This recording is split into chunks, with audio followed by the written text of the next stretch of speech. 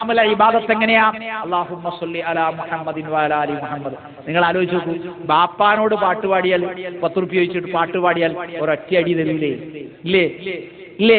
അള്ളാഹിനോട് പ്രാർത്ഥിക്കുന്ന കോല ഇത്.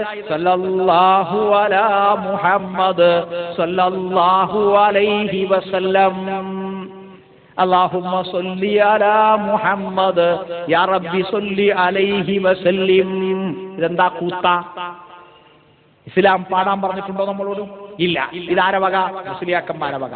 എന്റെ പ്രിയപ്പെട്ടവരെ, ഇത് മുസ്ലിയാക്കന്മാരെ വക. ഇസ്ലാം പാടാൻ പറഞ്ഞിട്ടില്ല എന്നാ പറഞ്ഞത്. നിങ്ങൾ നോക്കൂ, ഹബീബായ റസൂലുള്ളാഹി തങ്ങൾ ഖന്തഖ് കുഴിക്കുന്ന സമയത്ത് സഹാബത്തെ കിറാം നബി തങ്ങളുടെ അടുക്കലേക്ക് വയറുപൊക്കി കാണിച്ചു കൊടുത്തു. ബഹുമാനപ്പെട്ട സഹാബത്തെ കിറാമിന്റെ വയറ്റിൽ ഒരു കല്ലുണ്ട്. വിശപ്പ് സഹിക്കവയ്യാതെ അവിടുത്തെ വിഷമത്തോടു കൂടെ ആ വിശപ്പിൽ നിന്ന് അല്പമെങ്കിലും ആശ്വാസം വേണമെന്ന നിലക്ക് ബഹുമാനപ്പെട്ട സഹാബത്തെ കിറാം കിട്ടിയത് കാണിച്ചപ്പോ അള്ളാഹുവിന്റെ റസൂല് 2 കല്ല് കാണിച്ചു കൊടുക്കുന്നു. അങ്ങനെ പ്രയാസപ്പെട്ടുകൊണ്ട് മഹത്തായ ദീനിനെ കെട്ടിപ്പടുക്കും.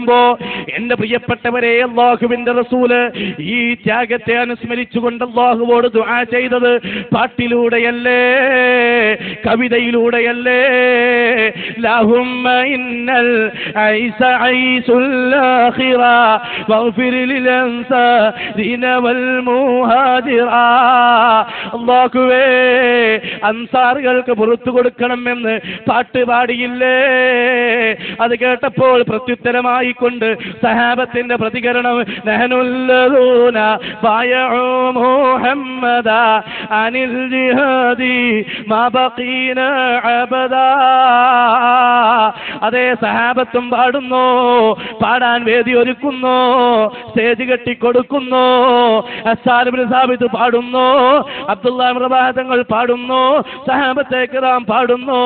അത് മുസ്ലിയാക്കന്മാരെ ഏർപ്പാടാണെന്ന് സുഹൈർ മൗലവി എന്ന് പറയുന്ന മൗലവി പറയുമ്പോ, എന്റെ പ്രിയപ്പെട്ടവരെ, അല്ലാഹുവിന്റെ റസൂലിനെ പ്രകീർത്തിക്കല് ഇവർക്ക് കണ്ടുകൂടാ.